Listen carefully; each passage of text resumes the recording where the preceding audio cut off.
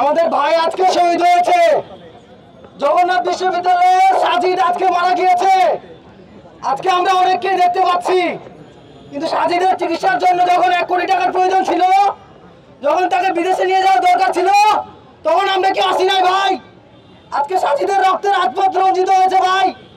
আজকে সাজিদ কবরে শুয়ে আছে আর তার খুনিরা বাইরে আছে ভাই। আমরা কিভাবে ঘুমাতে পারি? আমরা কিভাবে আমাদের আবেগ ধরে রাখতে পারি? আমাদেরকে মারা হয়েছে, আমাদেরকে বুকে গুলি করা হয়েছে, আমাদের মাথায় গুলি করে আমাদের সাজিদের বরবাদ করে ফেলা হয়েছে।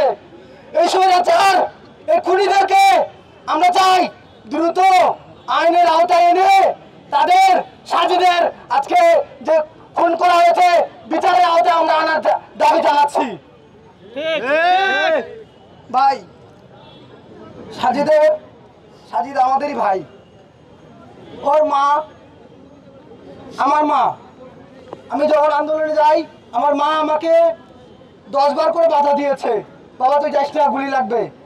মা, আমার বাবা বলছে প্রতিদিন ফোন দিয়ে বলছে বাবা তুই যাস না, আমার হাত ধরছে পা ধরছে, আমি তো আন্দোলনে গেছি।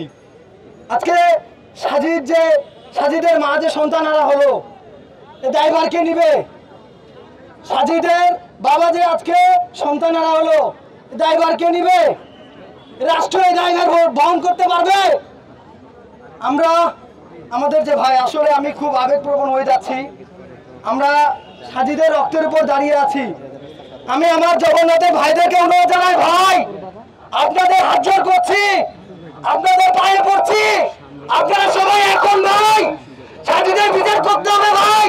আপনাদের হাত জোড় করছি ভাই, আপনারা এখন ভাই, আপনারা প্লিজ এখন আমাদের সাজিদের বিচার করতে হবে ভাই।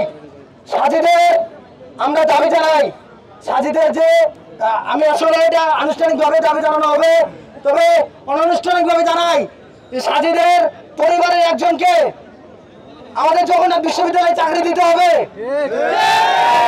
সাজিদের নামে আমাদের যে কোনো একটা নাম ফলক বা গেটের নাম, এটা আমরা প্রস্তাব করব, সাজিদের নামে এটা করতে হবে।